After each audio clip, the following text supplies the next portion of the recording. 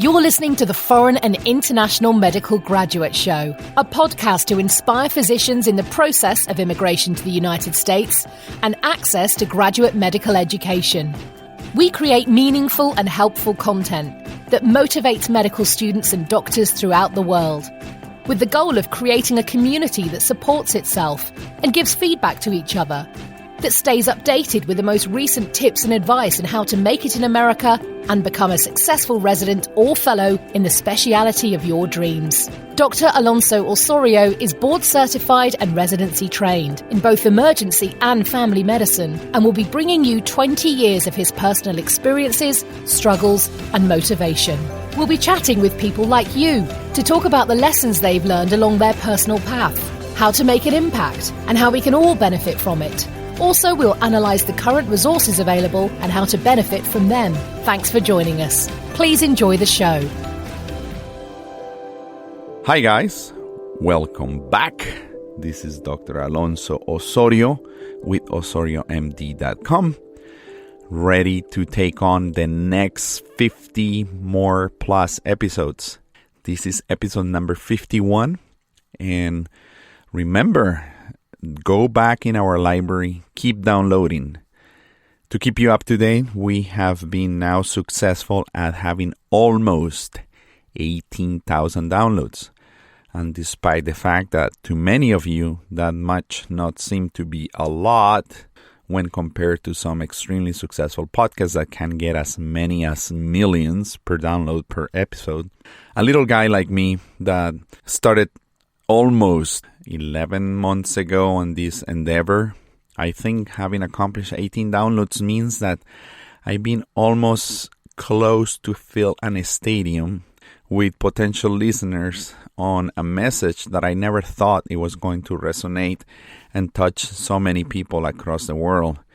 Now, by reaching about 60 countries across the world, I am extremely proud to notify that with 18,000 downloads, every episode gets downloaded more and more. So that's super exciting for a guy like me that is doing just for the purpose of helping you. And with my experience, I think there's nothing better than communicate the process that I have gone through and to make you not to suffer through the same path that I've been to and make life easier for you. So just remember, go back to episode number 1. Back then, the quality of the recording, the sound was not as good. I didn't feel as spontaneous as I am right now. I've gotten more confident. I think things are flowing more spontaneously, and I'm really, really happy to be here again with episode 51. And this one is about the Experiential Series podcast part number 3. And this one is all about credentialing, relicensing, verification of credentials, etc. And that's why I told you earlier in a couple of episodes heading back that I want you to keep log and a good database of all the documents and certifications that you have gotten from day number 0 when this journey of coming into America started.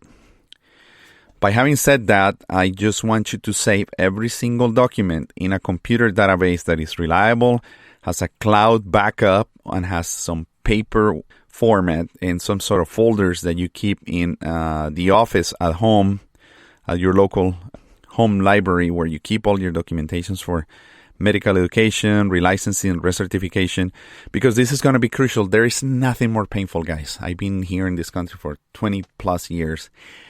Every 2 years, you're going to need to be doing some sort of re-credentialing. Sometimes it happens like every year, sometimes even more, depending on how you overlap on the cycles of re-credentialing, depending on how many board certifications you have, if you have a single, dual, triple, fourth board certification like so many people have, you're going to need to be providing and supplementing documents to support your relicensing, re-credentialing, and ongoing certification. So I decided to do this one on CME and Re-Credential because right now, as we speak, I have to take my American Board of Emergency Medicine Concert Recertification examination on my second taking. That means that I've been in practice for more than 11 years.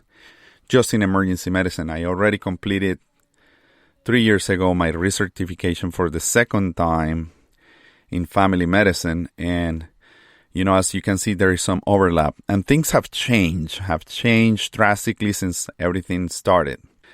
Back in the days, every 10 years, you just kind of studied and you sat for the boards. You paid a huge licensing fee for the recertification, and that's all it took. Now the boards of specialties in emergency medicine across the United States have become much smarter. They want to have a constant fee application that you will be charged on quarterly basis and almost yearly basis as you escalate through the 10 years. So they will give you quarterly CME, quarterly lifelong self-assessment study booklets. It's going to be called differently on every specialty, but in family medicine is different than in emergency medicine for a specific case. For the American College of Physicians, for internists might be completely different. For the ENT, the surgeons, by the American College of Surgeons, by the American College of Cardiologists, by the American Academy of Pediatrics. It might be very different, but in one way or another, the boards get together and they realize, hey, instead of charging a fee every 10 years, let's have an ongoing stream of income yearly in which we charge this doctor a hefty amount of money to get re-credentialed. And that's what's very interesting.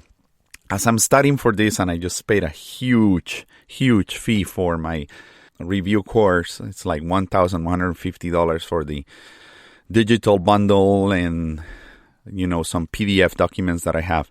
I have to go through over 40 hours of CME lectures before the 22nd.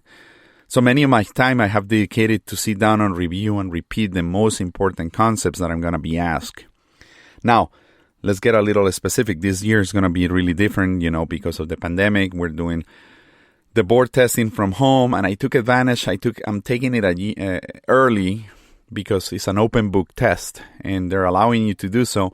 But despite the fact that it's an open book test, it's still timed, and I will have to literally, pace myself to answer the questions appropriately. So before the 22nd, I'll be taking this 230 question board recertification exam that I need for my ongoing practicing of emergency medicine.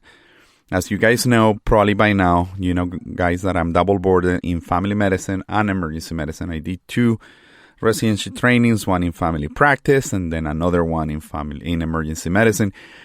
Each one of them was 3 years, and each specialty requires something different from you.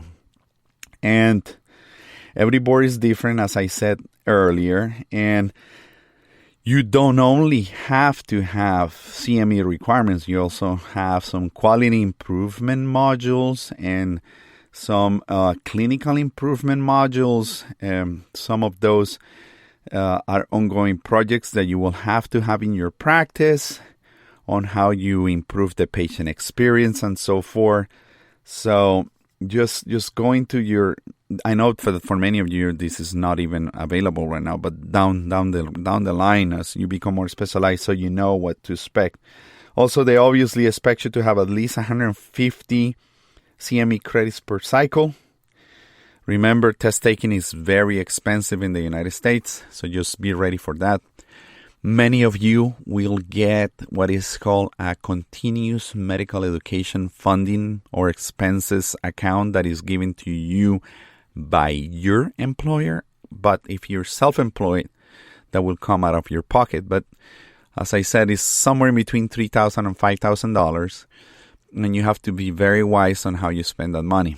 Well, getting deeper into this, it's important to stay up to date, because if you don't stay up to date, sometimes your clinical practice could get suspended if not keeping and staying up to date with your CME. What is CME? Continuous medical education is crucial in the United States. In my personal experience in Colombia, for example, as I graduated from medical school and I obtained my diploma, there was no really an ongoing certification or relicensing process in which I was asked for educational requirements of a specialty-specific performance. So it is not very unusual to see your pediatrician, general physician, cardiologist that has not had any sort of advanced training or ongoing recertification in Colombia, and they stay with their old concepts that they learned during residency and medical school for those 20 years. That's different in the United States and might be different in many of your countries, the United Kingdom, New Zealand, Australia, etc. But in the U.S., they ask you to stay recertified and current in your specialty. And there is minimal requirements. Obviously, there is no limit on how much you can do for you, for yourself, for others. You know, you can be an attending physician in a very nice, highly regarded residency education program, which is part of you to stay up to date in the most up-to-date research and trends, etc. But for us, the regular private practice attendings, it is crucial to stay and keep up to date. So that was a significant change for me as I moved to Colombia, because there was nothing that made me stay recertified or to take credentials. In Colombia, you just go and attend local seminars and courses and so forth that, you know, are available through your national societies, but they are not mandatory. And some people didn't get any ongoing education. So CME is ongoing medical education that most of the time is a specialty specific, but there is also a state licensing requirements that are demanded from you to stay up to date.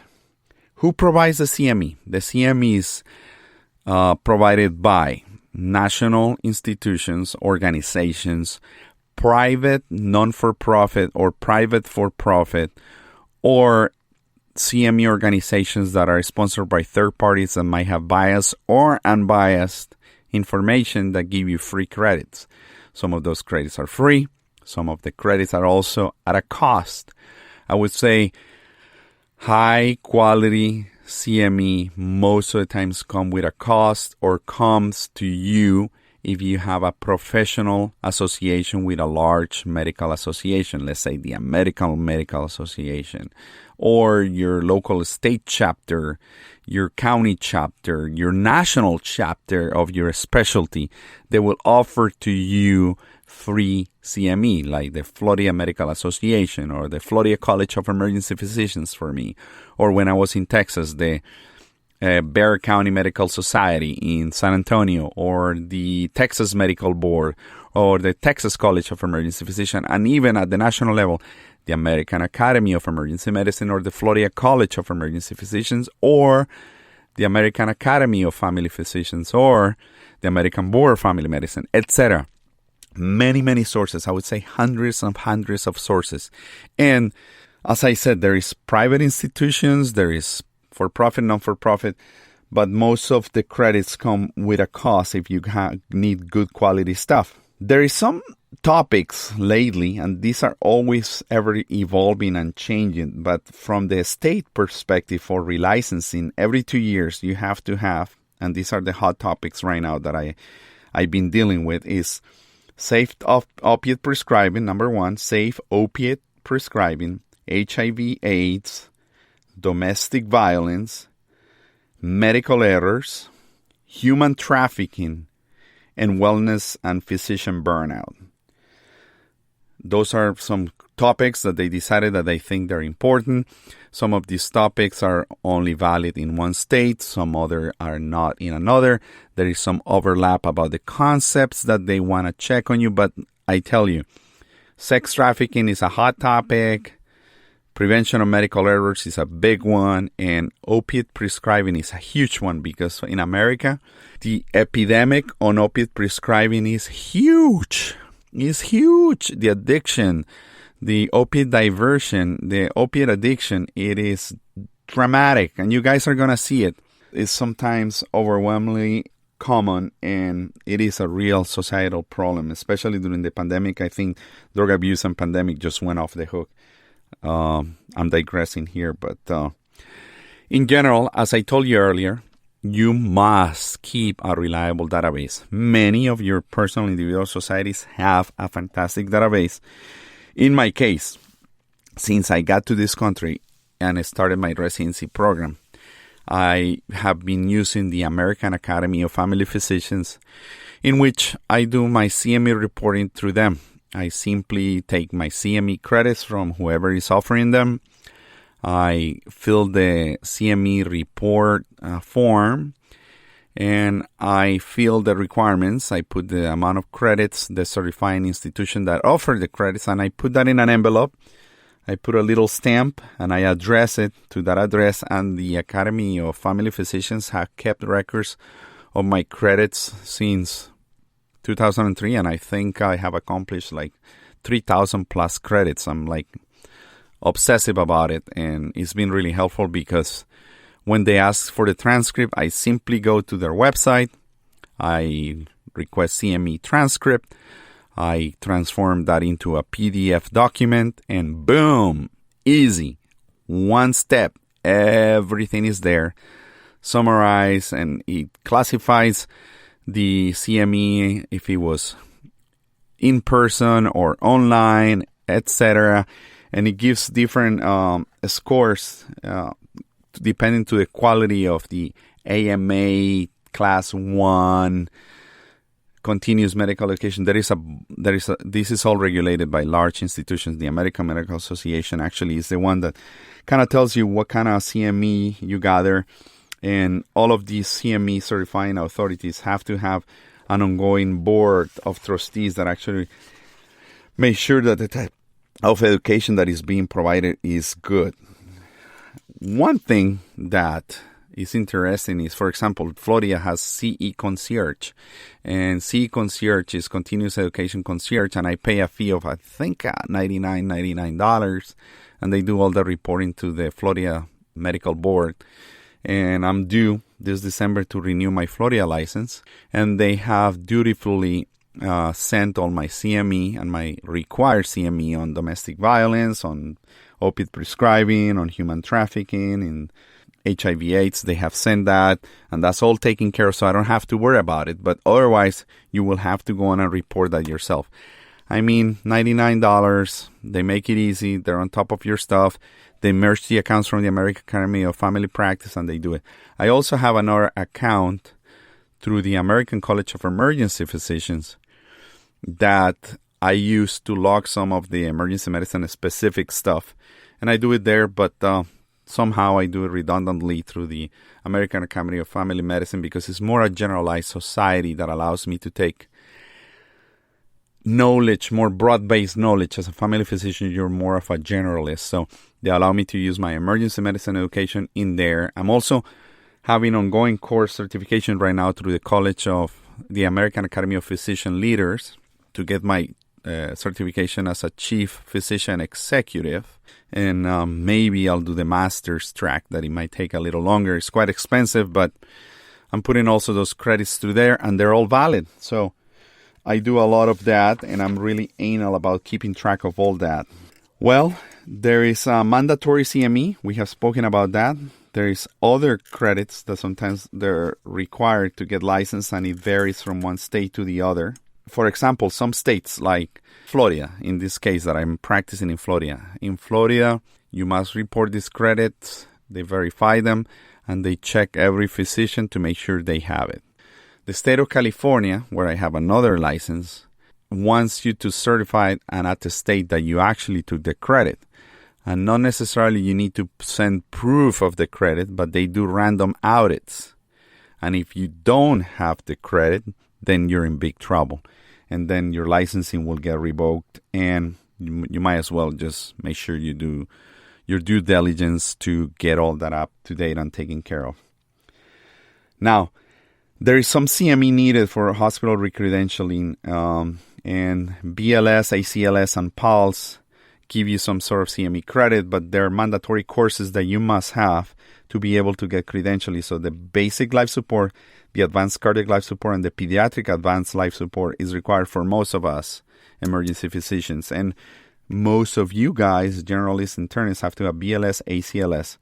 And in my personal case, that I'm an emergency physician, I have to have ATLS, the advanced trauma life support.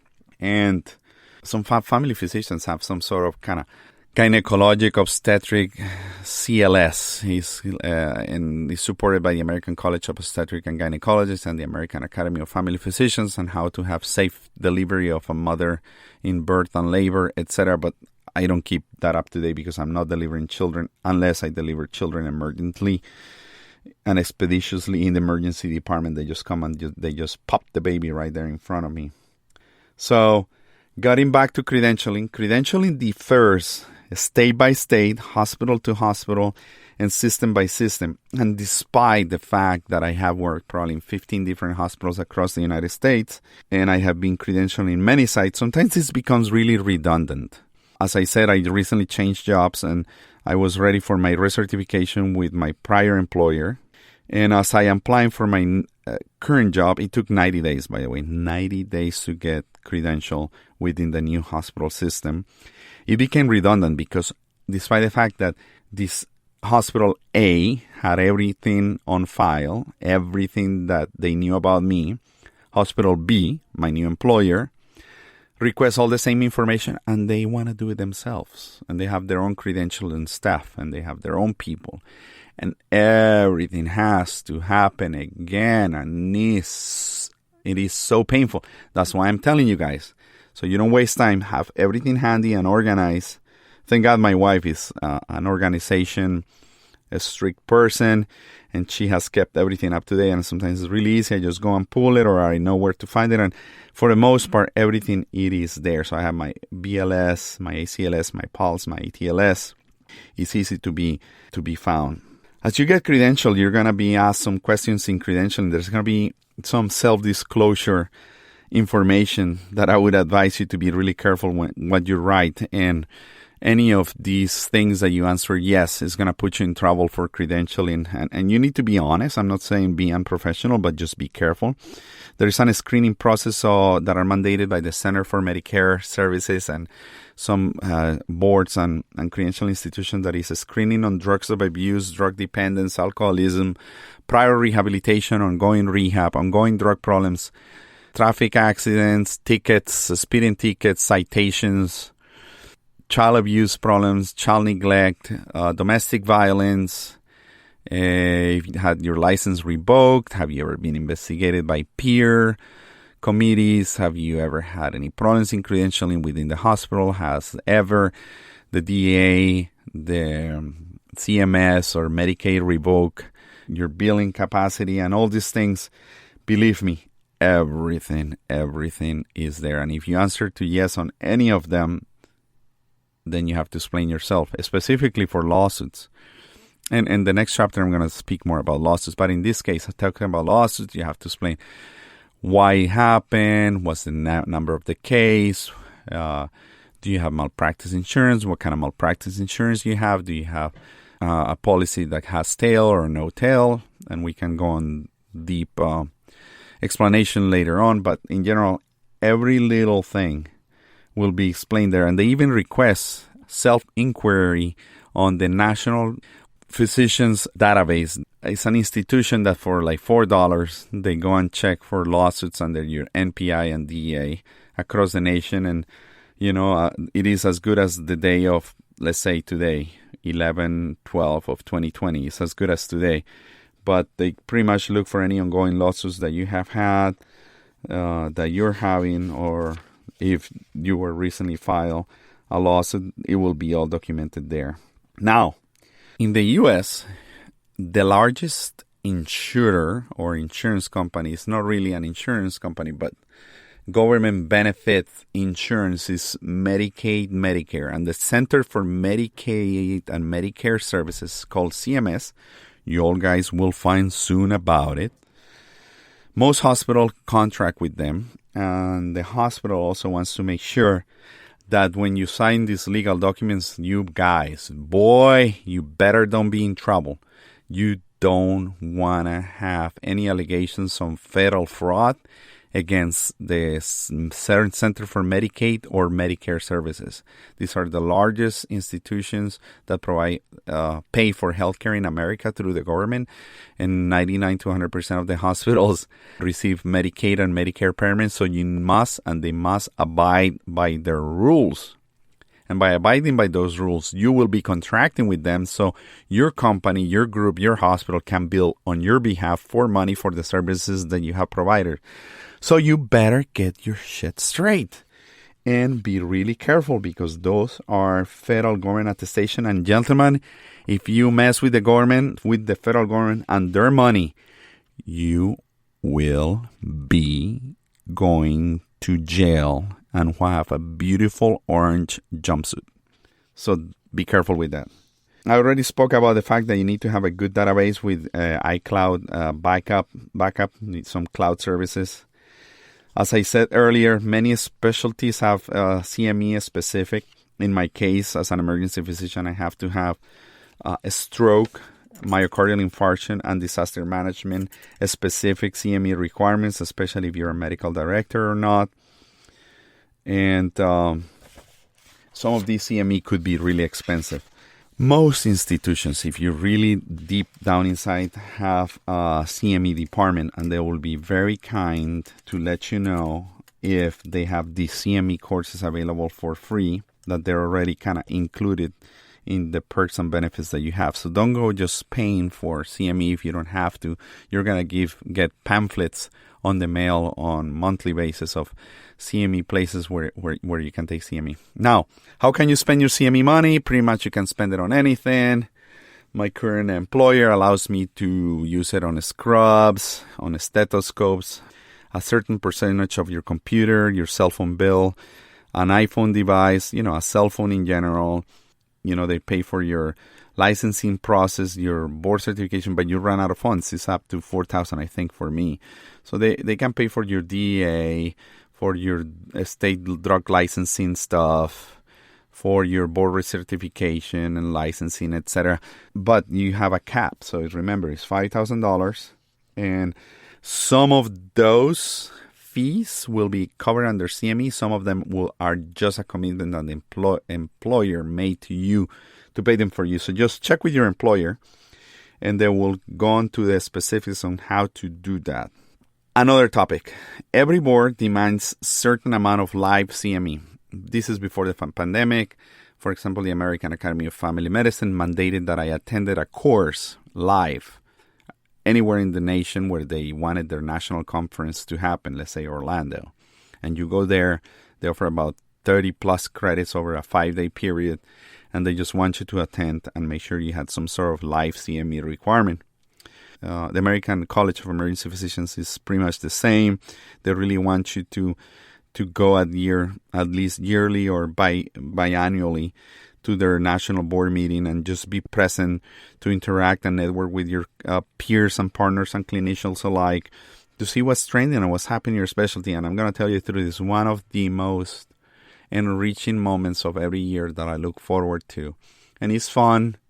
There's a lot of partying, a lot of drinking, a lot of eating. You get to spend time with people. The people that you train with is just fun, good CME. And why not? You can take your wife. There is also some I call it destination CME. And there is these companies that are like, they offer CME, but they take you to fantastic destination. Let's say Hawaii. And the course is expensive. Obviously, you pay like $1,900 for the CME subscription.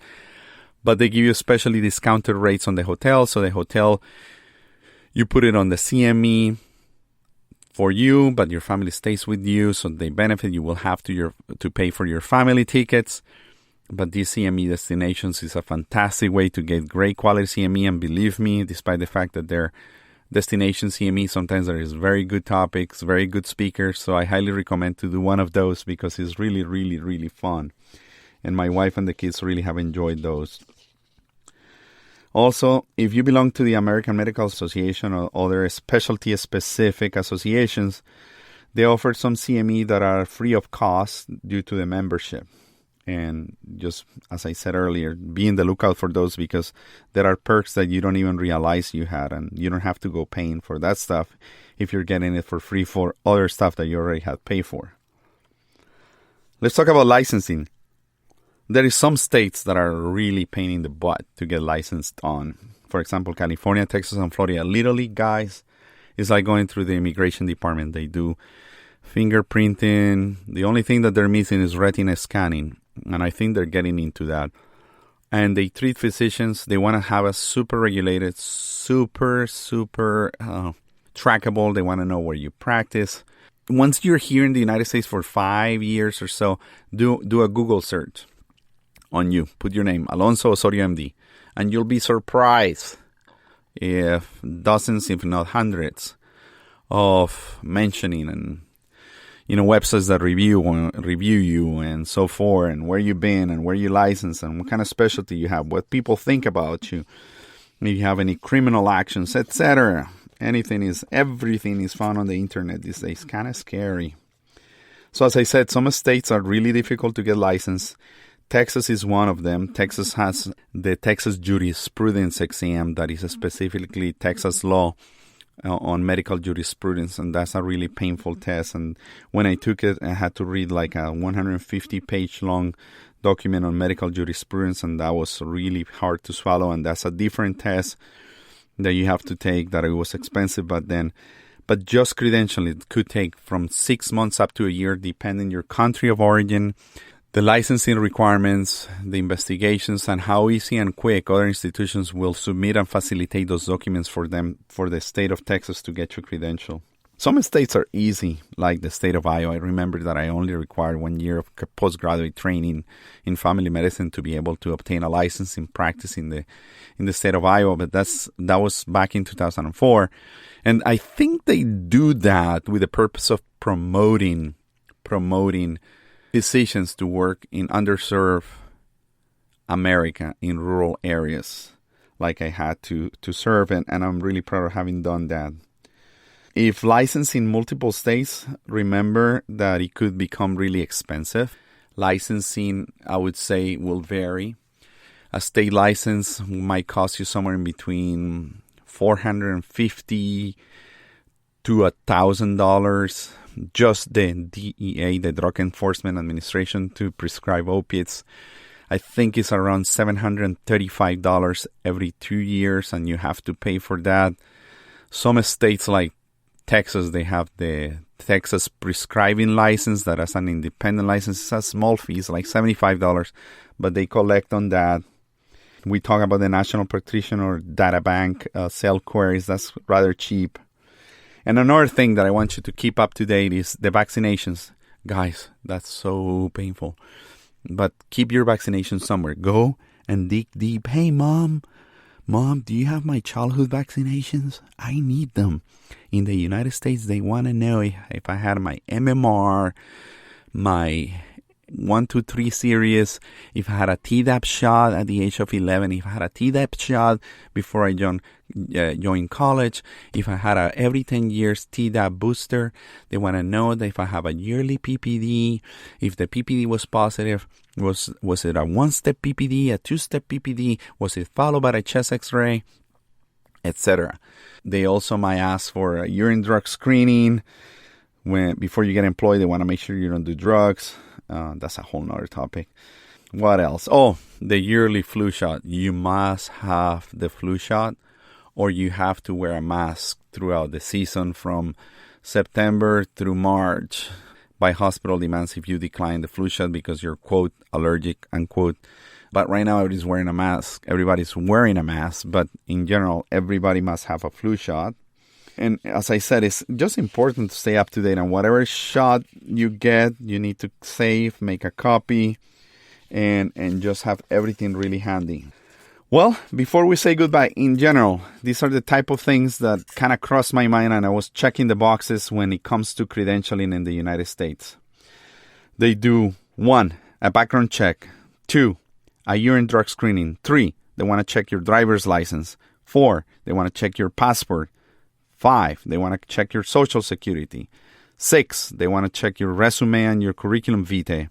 7, continuous medical education transcript. 8, state and hospital specific documentations that are these forms that you have to fill that are repetitive but are necessary. Vaccinations, we have just spoken about it. Number 9, vaccinations.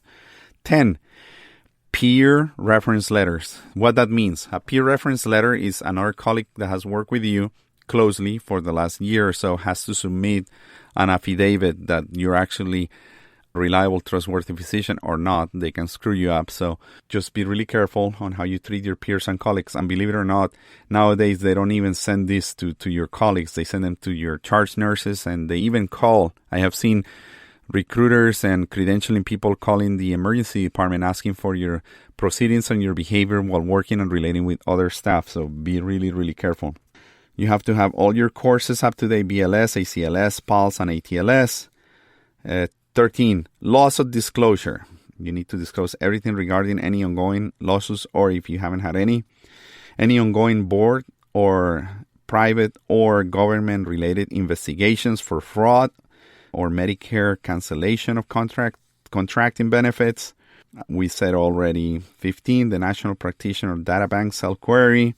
16, the National Provider Identification Number that you have to have. 17, the Drug Enforcement Administration license. 18, the state licensings, medical licensings. 20, prior hospital privileges. They want to know every hospital where you have worked, the location, the address, the phone number, the type of privileges, from what day to what day, and why you were terminated, or did you resign, did you relinquish your privileges, etc. So keep up to date on that. They also want your procedure logs, meaning the amount of central lines, intubations, fracture reductions, procedural sedations, whatever you do in your specialty, like cardiology, PCIs, stenting, you name it, counterpulsation, balloon insertion, etc. Whatever it is for you as a surgeon: a cholecystectomy, appendectomies, open thoracotomies, exploratory laparotomies, as a gynecologist, C-sections, vaginal deliveries, tubal ligations, circumcisions, you name it. They want to know that. That's what's called procedure logs. They also want a list of the number of visits and encounters that you have had in every hospital, because they want to know that you're a practicing physician. They also want to know explanation of training and any employment or educational gaps in your life. And at the very end, there is legal disclosure, as I said, about crimes, child support, traffic issues. Please don't drink and drive. If you get a ticket and you're driving drunk, dude, you're going to jail. And you're getting an attorney. It's going to be really expensive. It's going to be reported to the board, and you might lose the license, and you might be sent to the state board rehabilitation program, and you will have to pee on a cup and getting drug and alcohol tested for years. So don't do that. They also want to know if you have prior psychiatric or drug counseling. In general, some of these are mandatory requirements. My advice, guys, is try to keep a clean life. A clean life will lead to a clean license. If you have a clean license, you will have a job whatever you want, or you will be relegated to poor job choices in very poor selection places, and will be a self-selection process that the only one responsible for your actions, it is you. No one but you. Well, guys, we came to the end of episode 51. If I missed something, please let me know. I know this is a lot. It's a little advanced, but this is something that you guys can look up to, expect in the years to come, what it's like to practice medicine in the United States. Remember, it's not only being a doctor, it's all it takes to be a doctor. Keep it straight, keep it professional, keep it ethical, and remember, life in America is amazing, but sure is regulated as hell. Again, stay in touch, leave me feedback, go to iTunes or whatever you like to leave me feedback on, and I'm here to counsel, advise, and be your mentor. Remember, OsorioMD.com is here for you guys. God bless you, and thanks for listening. Stay in touch.